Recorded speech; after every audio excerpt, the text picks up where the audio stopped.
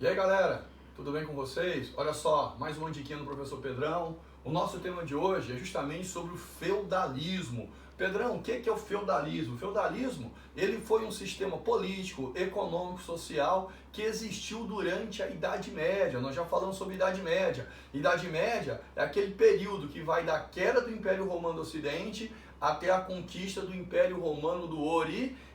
Então esse feudalismo, ele é resultado direto do processo chamado de invasões bárbaras ou invasões germânicas. Olha o mapinha aqui, ó. Nós temos essa parte aqui, que é o Império Romano do Oriente, com a capital em Constantinopla. Essa parte resiste às invasões germânicas, enquanto a parte ocidental, com a capital em Roma, essa parte ela não resiste. Por isso que o feudalismo ele acontece, especialmente no mundo ocidental. O fator causador do feudalismo são as invasões germânicas. Nós vamos analisar esse tema, pessoal, que ele é muito importante aí nos vestibulares. Quando a gente fala no feudalismo, além de ser um sistema político, econômico, social e cultural que existiu na Idade Média, é importante que vocês entendam que o feudalismo ele é um modo de produção. Ele vai substituir o modo de produção escravista, muito comum em civilizações clássicas, tanto Grécia quanto Roma. Eu gosto de falar que o feudalismo, até aproveitando uma ideia do grande francês, o historiador Jacques Legoff, que ele fala, o feudalismo ele é um modo de produção, ou um modo de vida baseado na posse e no controle da terra. Pedrão, você está falando que no feudalismo ter terra é sinônimo de riqueza? Sim, a terra ela passa a ser a ideia de riqueza. Quem tem terra tem riqueza. Quem tem riqueza tem o poder político. Vocês estão entendendo? E esse feudalismo, ele acontece durante a Idade Média. Olha a Idade Média, 476, século V, o início da Idade Média, queda do Império Romano do Ocidente, até 1453, nós temos ali a decadência do feudalismo, o fim da Idade Média com a conquista do Império Romano do Oriente. Olha como que a Idade Média é dividida, a parte de alta e a parte da baixa Idade Média. Olha só, do século V ao século IX, eu tenho a formação do feudalismo. Do século IX ao século XII, o auge do feudalismo. E a partir do século XII, devido a uma série de transformações que passam a ocorrer na Europa, como crescimento demográfico, cruzadas, renascimento comercial, renascimento urbano, surgimento da burguesia, peste negra, ou seja, todos esses fatores vai levar à decadência do feudalismo e o fim da Idade Média e o início de um outro período, chamado de Idade Moderna. Pessoal, falando no feudalismo, é importante que a gente retome aquela ideia. Qual é a origem do feudalismo? Mais uma vez, a origem do feudalismo, pessoal, está associada às invasões bárbaras ou invasões germânicas que aconteceram, pessoal, lá no século IV, século V e vai até o século X ali depois de Cristo. Então o feudalismo, ele acontece na parte ocidental. Do feudalismo, ele vai ser originário das vilas. Pedrão, o que eram as vilas? Eram propriedades com característica autossuficiente. E essas vilas foram se formando com o processo de ruralização. Pedrão, o que é ruralização? Olha, Roma estava enfraquecida, as cidades romanas desprotegidas pelo exército. Roma não tinha condição de proteger as suas fronteiras. Paralelo a isso, aqueles povos que nós já mencionamos em uma aula anterior, passaram a invadir o Império Romano do Ocidente. Um clima de medo e insegurança faz com essa população que vivia nas cidades migrasse para onde? Para o campo. Então essa ruralização ela vai levar à formação das vilas. Essas vilas denominadas mais na frente com uma ideia de feudo. E é justamente nesse ambiente que nós vamos ter o modo de produção feudal. Lembra? É um modo de vida baseado no controle e na posse da terra. Um processo que existe só durante a Idade Média. Preste atenção. Para a gente falar no feudalismo, pessoal, é necessário entender as suas influências. Quando a gente fala da influência do feudalismo, você precisa entender com o professor. Eu tenho o antigo Império Romano do Ocidente e agora eu tenho aqueles povos germânicos. A conquista dos germânicos sobre Roma vai gerar uma fusão cultural. Essa fusão da cultura romana com a cultura germânica, esses laços culturais que vão formar o feudalismo. O feudalismo é um modo de produção, ele é um modo de vida, ou seja, um modo de vida associado a uma nova cultura que se implanta na Idade Média, resultado dessas invasões germânicas. Pedrão, então preste atenção para vocês entenderem. Olha só, Pedrão, você está falando que o feudalismo ele tem influências romanas e germânicas, sim. Quais são as influências? Presta atenção. Das influências romanas, nós vamos ter a ideia de vila. O que eram as vilas? Os senhores romanos abandonaram as cidades e foram para os seus latifúndios. Pedrão, por que os senhores, por que a população está abandonando as cidades, indo para os latifúndios? Devido ao clima de medo e insegurança. Pedrão, por que clima de medo e insegurança? Provocado pelos povos germânicos. Lembra que os germânicos faziam pilhagens. O que eram as pilhagens? Eram saques ou furtos em regiões conquistadas. Isso é uma contribuição romana, que vai ser a ideia da vila que vai gerar os feudos. Uma outra contribuição romana é o colonato. O que era o colonato? Você precisa lembrar do colonato, que vem lá da lei, né, do colonato do imperador Constantino, que era a ideia de fixar o homem aonde? A terra. Então, nessa relação, olha o colonato. Muitas pessoas foram buscar proteção e trabalho aonde? Nas terras dos grandes senhores. Ou seja, a ideia do colonato era a ideia de proteção, era a ideia e o quê? De segurança dessa população que vivia antes na cidade e agora está indo para o campo. E aqui nós temos uma outra prática, que não está aqui na imagem, que é chamada de clientela. Lembra dos clientes? Que eram aquelas pessoas que prestavam serviço às famílias patrícias em troca de proteção. Aqui eu vou ter uma relação de clientela. Né? O que era clientela? Era prestar serviço, era trabalhar em troca de proteção. Então as influências romanas, tanto a vila, quanto a clientela, quanto o colonato, ela vai levar à servidão. A origem da servidão é influência romana. Se eu falo em servidão, estou falando em relação entre senhores e servos. Isso aqui é uma relação, tá, pessoal? Vertical, ou seja, entre grupos sociais diferentes. Pedrão, e quais foram as influências germânicas? As influências germânicas, nós temos as atividades agropastoril, que era muito comum dos germânicos, nós já analisamos uma aula anterior. O comitatus, lembra que os germânicos eram um povo, era uma sociedade de guerreiros. O comitatus estabelecia laços de fidelidade entre os guerreiros e os chefes militares. Tinha também a prática do benefício, que era a prática de uma recompensa. O que seria recompensa? Eram os chefes guerreiros doavam terras para os seus guerreiros em troca do seu serviço militar. E claro, lembra que os povos germânicos eram povos agros, não dominavam o quê? A escrita. As suas leis eram leis o quê?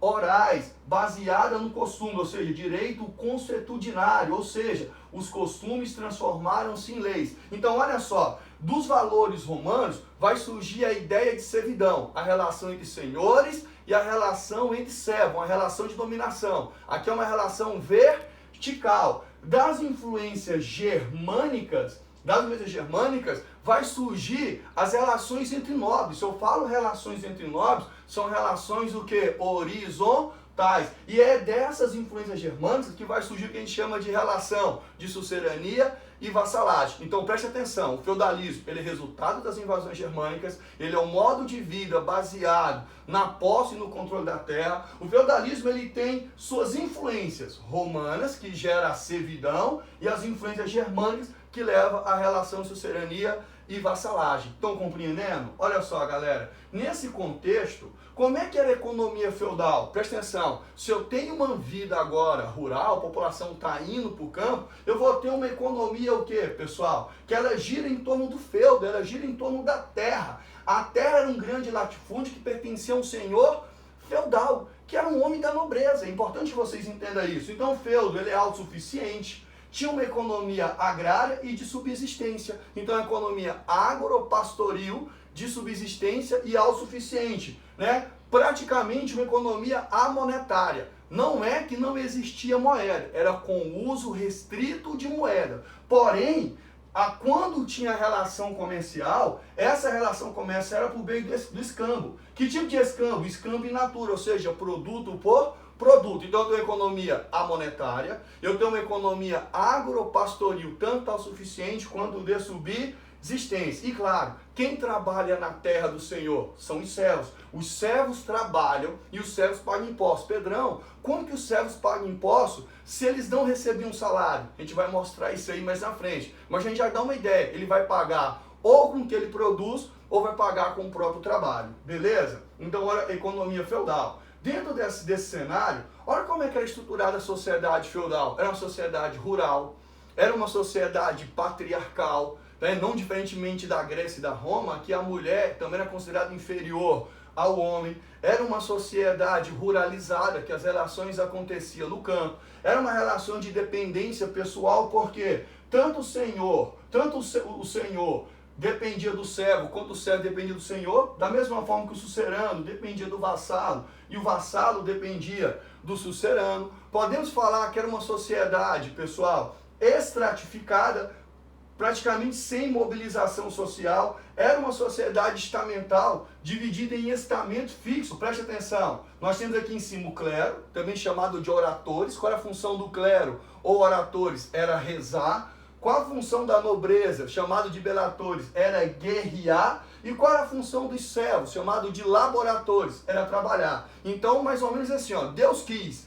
que uns rezassem, outros guerreassem e outros o quê? Trabalhassem. Então, a sociedade feudal não tinha uma mobilização social. Isso é importante que vocês entendam. Talvez dentro dessa relação, né, o laço mais importante aqui eram os laços de sucerania e vassalagem, que acontecia apenas entre quem, pessoal? Nobre. Vassalo, pessoal, não é um servo, vassalo é um nobre. Os servos, existiam dois tipos de servo. Tem o servo de gleba, que era o servo preso à terra, o camponês, e os vilões, que era um tipo de servo que moravam nas vilas ou que prestavam serviço aos feudos, porém ele não era preso à terra. Pedrão, explica. O que seria um servo que não era preso à terra? Muitas vezes ele prestava serviço num feudo por 5, 6 meses e poderia mudar de feudo. Então você tem dois tipos de servo. O de gleba, que é preso à terra, esse não sai da terra, e o vilão, que tinha uma certa mobilidade de feudo. Mas essa é a estrutura da sociedade feudal. Lembrando, pessoal, a sociedade feudal ela é